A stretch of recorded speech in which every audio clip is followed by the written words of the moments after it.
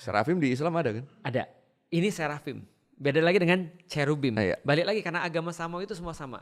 Ini tempatnya Anda temukan di mana? Anda temukan di sini.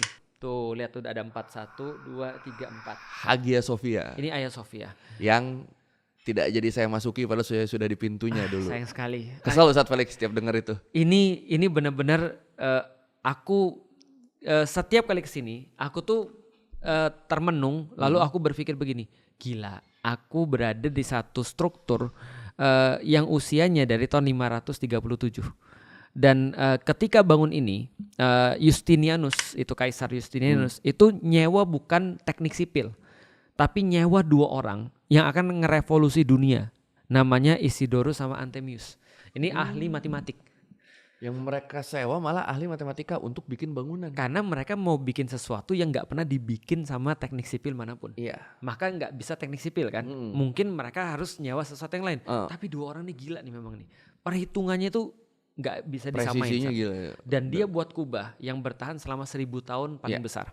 Dan nanti ketika pun Mimar Sinan bisa buat kubah yang lebih besar, itu besarnya cuma paling lebih besar 0,2 senti atau berapa, atau Tetap ya bukan yang benar-benar kelihatan bedanya. nggak memorable. Iya. Dan coba lihat ya, kalau kita lihat ini adalah strukturnya Hagia Sophia. Nanti kalau yang nonton ini pasti banyak orang teknik sipil ya. Iya. Tapi semua teknik sipil pastinya tahu bahwa saya gampangnya adalah gimana caranya agar semua momennya 0 ke bawah. Iya. Kalau gampangnya ya, kalau gampang mulut bacot kita doang, itu gampangnya adalah kubah di atas itu untuk bisa memfasilitasi tempat di bawah yang sangat luas tanpa tiang, itu harus dijaga dengan bagaimana kubah berat itu bisa dibagi-bagi momentumnya. Nah, bagaimana cara dia bagi momentumnya? Dia bagi dengan setengah lingkaran lagi. Ini lihat, ini kubah besarnya nih, ya. Dibagi lagi dengan setengah lingkaran. Lalu kemudian yang ini lagi dibagi lagi dengan beberapa Agar kubah tidak lagi. numpuk di sini. Betul. Jadi momentumnya 0. Iya. Dan kubah ini adalah salah satu keajaiban teknologi arsitek. Karena arc itu atau busur itu adalah sesuatu revolusi arsitek yang sangat besar. Dan arcing kalau itu dibuat penuh itu adalah jadinya kubah.